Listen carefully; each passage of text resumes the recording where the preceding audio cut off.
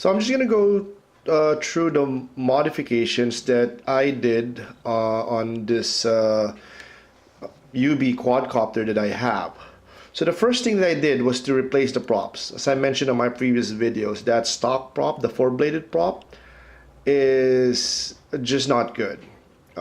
It produces a lot of oscillation. You can see vibrations on the video, and it's very flimsy, and it easily bends. Minor crashes, it just bends. So I replace it with these props. This is a 3 by 4.5 3-inch 4.5 pitch prop.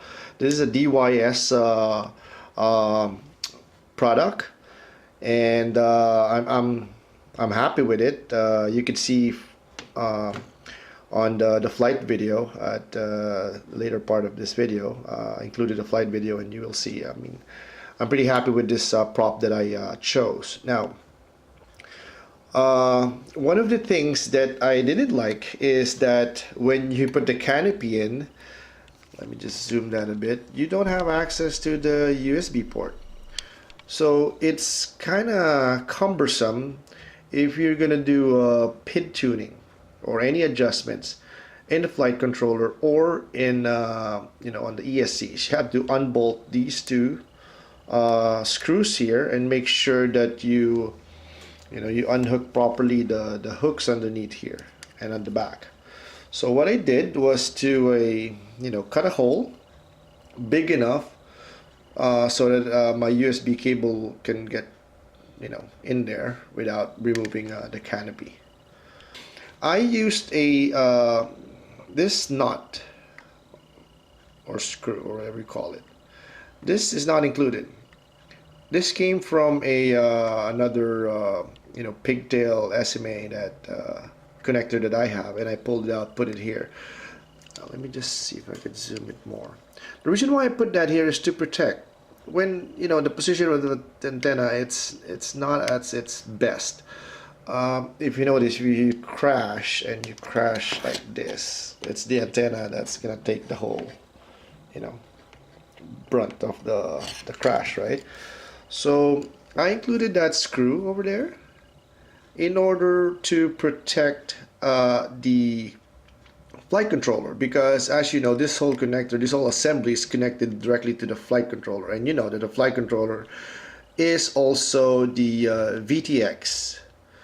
So when you put a screw or a knot here, it basically will protect or absorb basically the force of the crash from that this will take, or whatever antenna you're using will be spread out to the canopy, which is pretty much there's a huge surface area where the force can be distributed, right? So it will protect your flight controller.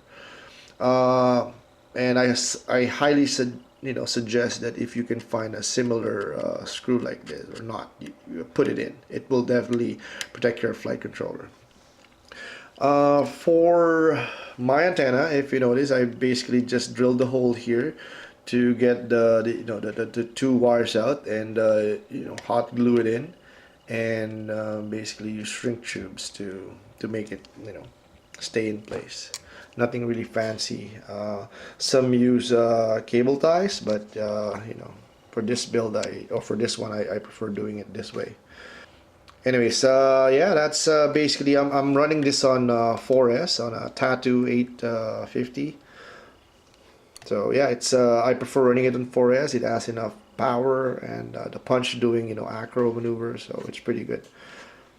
Other than that, yeah, that's basically all the modifications that I did on this Youbi from Awesome. So here in BL Heli Configurator, these are the settings that I used, combined with Betaflight on running on the flight controller.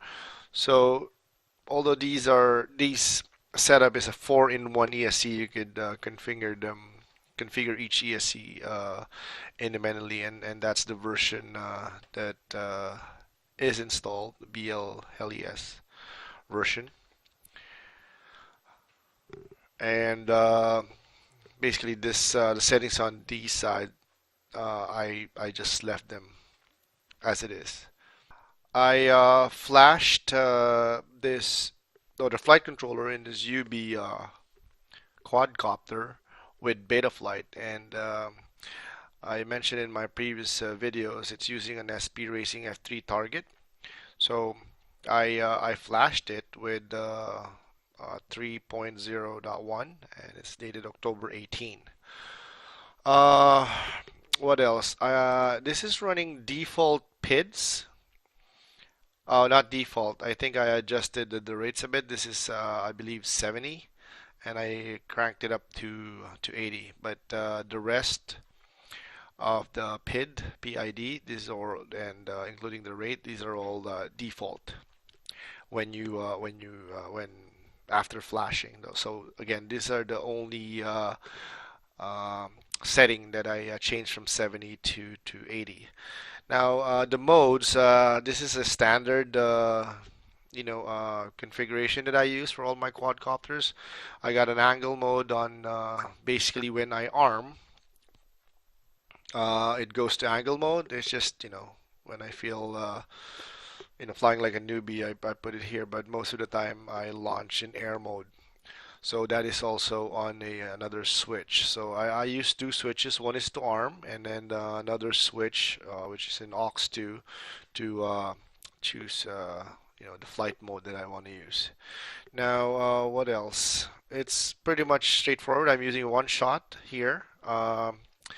Didn't get a chance to use a multi-shot yet, but I will try that, and as soon as I find time.